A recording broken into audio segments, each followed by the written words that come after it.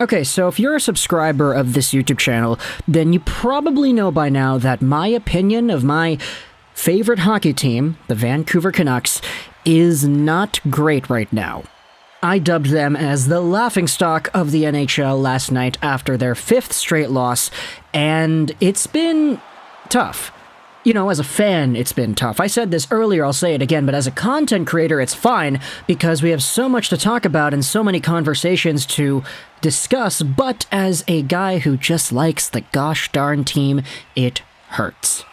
Which is why, today, I don't want to make another video going over the Vancouver Canucks and their issues. Instead, let's talk about my second favorite team and all the good energy that's going on in that organization. All the fan love, all the memes, all the support, all the good vibes, because man, I could use a lot more of that in my hockey-loving veins. So, let's talk about the Canadiens, let's talk about two guys on the team who have really carried the load, talk about some other stories from yesterday, and pretty much go over the win in general. The Habs played off against the Arizona Coyotes. They won 6-2, and even though we did have some negative stories coming out of that, like, for example, Josh Brown being public enemy number 1 in Montreal as a result of the game, I didn't really want to focus on that. Instead, let's go over some of the goal scorers that went out there and did their jobs well, and guys that gave us so much to cheer about as fans of this hockey team. Now, we know it's 6-2, so there were 6 goals scored, but if you go over to some of the numbers over here, it's really nice just to see the guys who are getting on the board. The first goal of the game scored by Josh Anderson. It's a minute 58 in, so you kind of see the tone being set there by the Canadiens early on.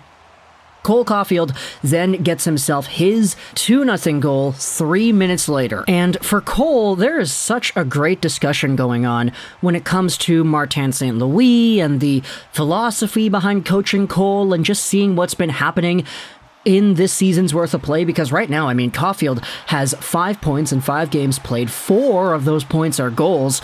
And take a look at this. I mean, Cole Caufield right now is in a... okay, what is that?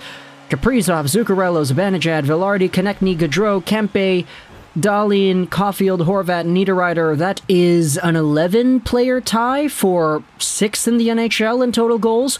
Only Tuch, Nichushkin, McDavid, Stamkos, and Svechnikov have more goals than those 11 players, so it's obviously going to round itself out as the season goes on. But just taking a look at it isolated right here, having Cole Caufield as one of the top goal scorers in the NHL certainly isn't a bad thing. And when it comes to the way that Caufield is getting these goals, he's having multi-goal games, he's having showcases where he is at the right place, receiving beautiful passes and just sniping it by goalies.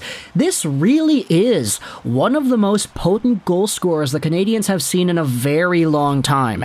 And the fact that he is technically in the Richard race right now makes things even more fun when you acknowledge that on any given night, Caufield could just pot in 2 goals and he'll be at a goal a game.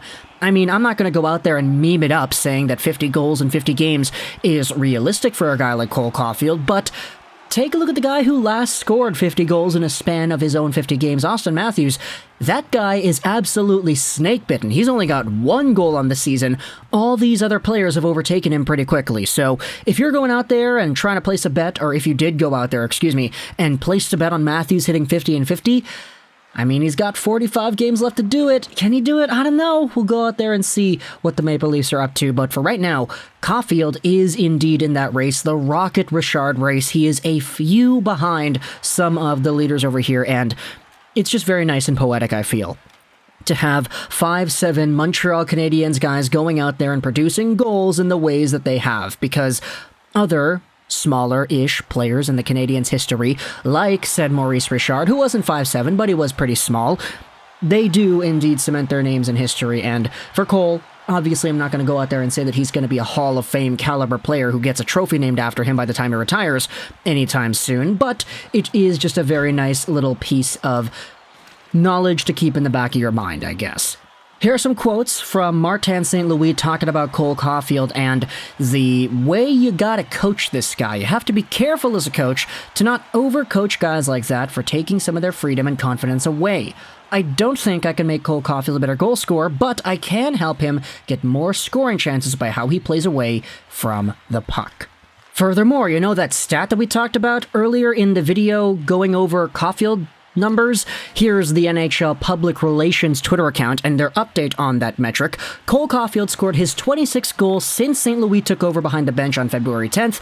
Only Kaprizov, who has 31, Matthews, who has 30, Lindholm, and Stamkos, who have 28, have more goals in that span.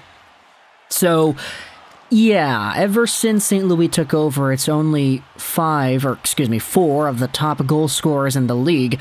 I mean, you could say 3 of the top goal scorers in the league, and Elias Lindholm, who is actually a pretty underrated goal scorer in his own right, who are there in front of Caufield. So, that's some pretty good food for thought too, isn't it?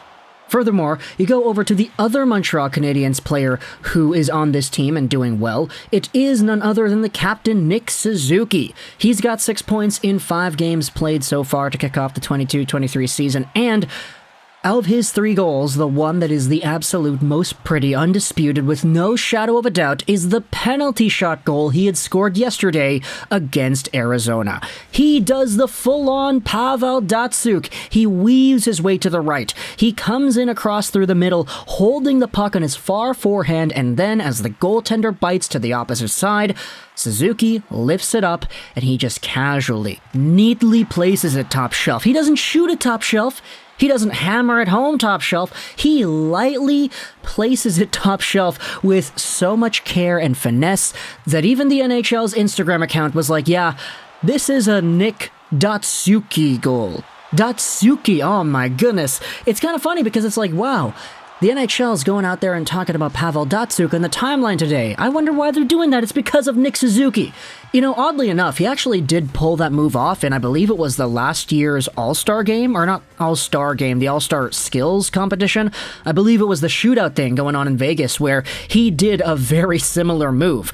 And it's kind of crazy, but it seems to be a pretty common thing for Nick Suzuki. I know us as plebs, we're not NHL players. We don't have the skills that a lot of these guys do. So when we see a goal like that, it's like, wow, that's a really amazing goal. Suzuki is fantastic, but you saw the demeanor of Suzuki the entire way through. Cool, calm, collected, he shoots, he scores, and he skates to the bench like nothing happened.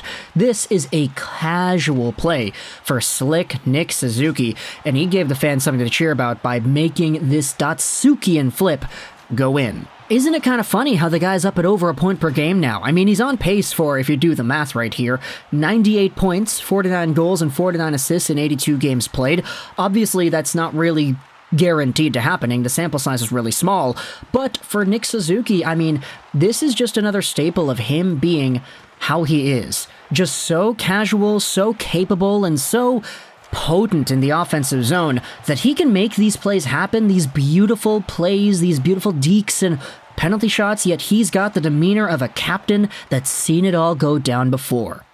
Nick Suzuki is an absolute gem, and it was a really good night for Asian hockey fans in general, especially those named Nick, because, you know, Nick Robertson went out there and scored a few goals for the Maple Leafs. It was very nice to see what he was able to do, and then Suzuki got on the board in the ways that he did as well. And you see, this is what I'm talking about. I feel good again. I feel good being a hockey fan and talking about players on teams that I like who are succeeding.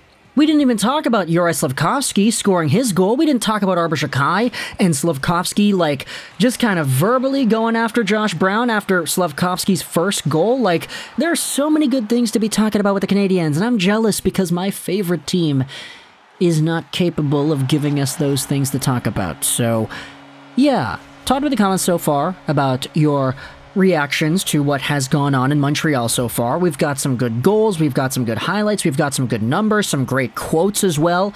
Let me know your thoughts about Cole Caufield being on pace to getting, what is that number? Let's go on to his projection right here. He's on pace for 66 goals because he's got 4 goals in 5 games. Of course, he's not going to get that. I mean, is he not going to get that? I don't know. You can let me know in the comments all your thoughts, but still, thoughts in the comments about Caufield, thoughts in the comments as well about Suzuki and his Datsyukian move. I hope you enjoyed this video, Trolls 99, and bye.